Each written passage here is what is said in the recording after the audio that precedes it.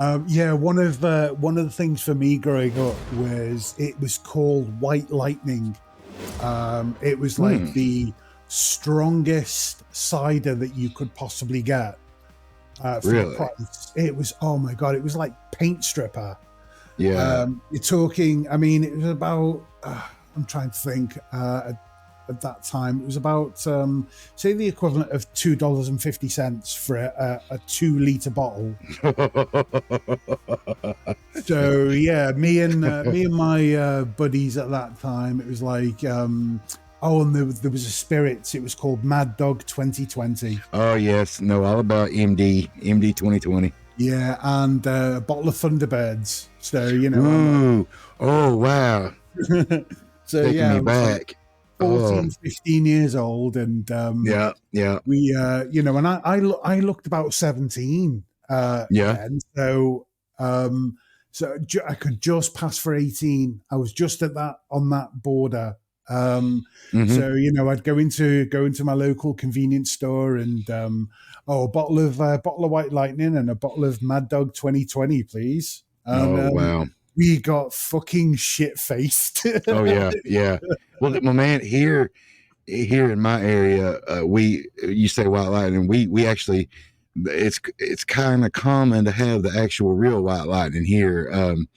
I can probably in an hours from where I'm at take you to like 4 still sites that I know about, and I'm sure Oh there's wow. more. And so it's not as embedded in the culture here as it was, in the 60s and 50s and 60s, but they're still, oh gosh, yeah. And it's one of those things that's like is a known thing that happens, but it's not talked about. Everybody knows to keep their mouth shut about it. And on a daily basis in the seasons, you'll see, these trucks with certain kind of tarps on the back of it, and they're making their deliveries, and usually dead drops. There was a TV channel that picked up on it here in the States. I don't know over there if they did it over there, and it got real popular. It was a show about moonshiners in this exact area. So, of course, it was most of it staged, and most of them actually have a liquor license, but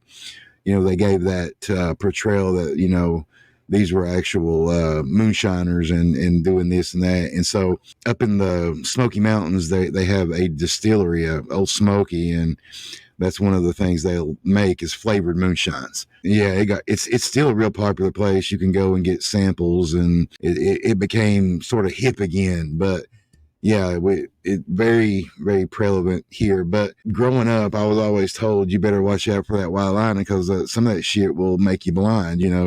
Oh, I've Um, heard that story. yeah, Yeah. if you drink the first runs that come out of a still during a season, or each time you make a batch, it's got some kind of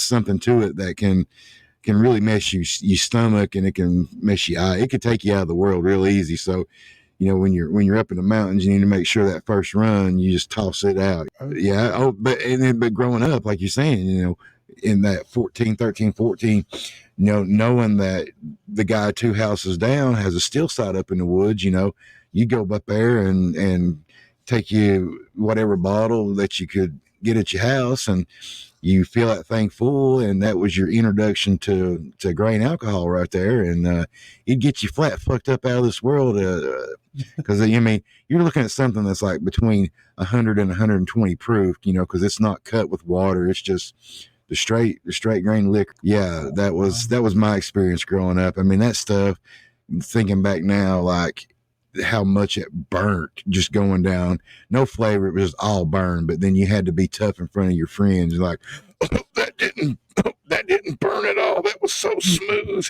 Oh, I'm a drinker. My dumbass took it to school one day in a Tylenol bottle, Oh and my god. I started young, man. So I took that shit to school, and I had stole a bottle, one of those big bottles of Tylenols that you'd get at the store or whatever. And so I went out there, and so that guy had made a run of liquor, and I was like, I'm gonna go show my friends at school because they don't think I'm serious about it. So filled it up. So I took it to school, and this guy's like, "Oh, I want to try it. I want to try it." And I'm like, "Nah, man, you ain't nothing. You can't do it." And so he he didn't have anything to chase it with. So I was like, and I was such a little asshole for doing this. I was like, well, you got chocolate milk there. Let me pour it in your chocolate milk. And so he was like, oh, that'll make it easier to drink. I'm like, yeah, it'll make it easier to drink. And I poured, he had drunk about half of the chocolate milk.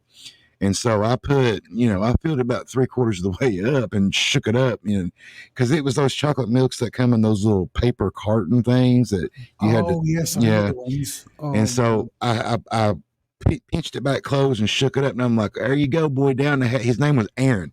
I said, down the hatch, and he's looking around at the table. All the guys were looking at him, so much peer pressure, and there he goes. It wasn't the second gulp he took, I could see it in his face.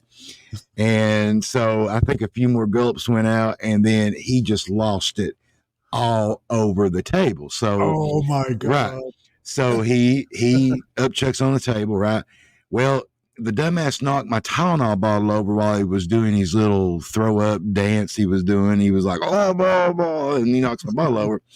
And I don't know if you've ever been around grain liquor like that, but it has a very uniquely strong smell to it, like can be picked out. Like you think a cop can smell a drunk driver. Like if you have some open white lightning, and I don't use the word about, I just call it grain liquor, but if you have some grain liquor and it's open, that you want to know that smell. So here comes the teachers and the principals.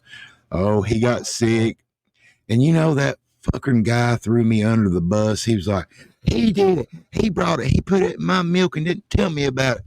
And so that was the first time I ever whooped the shit out of somebody. We were kids. So when I say that, I mean, there wasn't nothing major, but yeah. And believe it or not, you would think nowadays standards, oh, I bet you was kicked out of school and all this. No, I got 1 day of in-school suspension. So that was just a special room that you went to, that you did your classwork in, but you didn't go to your regular class. That's all that happened for me bringing moonshine to school and getting somebody sick on it.